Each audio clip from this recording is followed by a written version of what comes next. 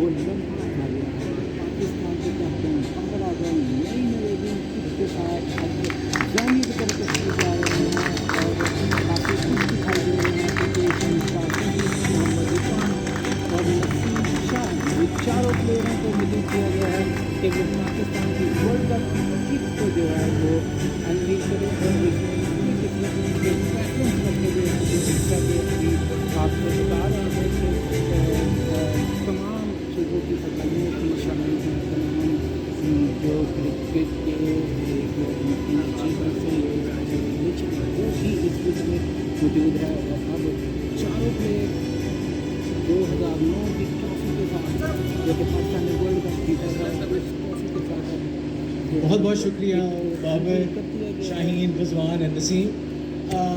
माशाल्लाह जैसे आप देख रहे हैं किट बहुत इनको स्मार्ट लग रही है और फिट लग रही है और हमारी दुआ है कि जिस तरह 2009 में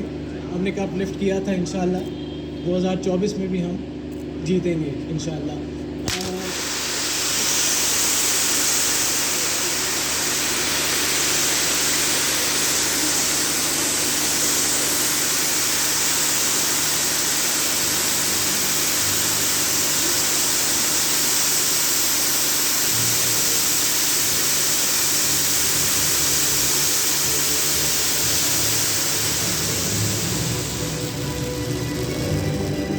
अभी शो बाकी है।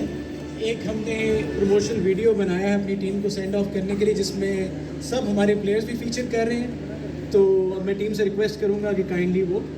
आप सबके सामने इस वीडियो को अनवेल करें।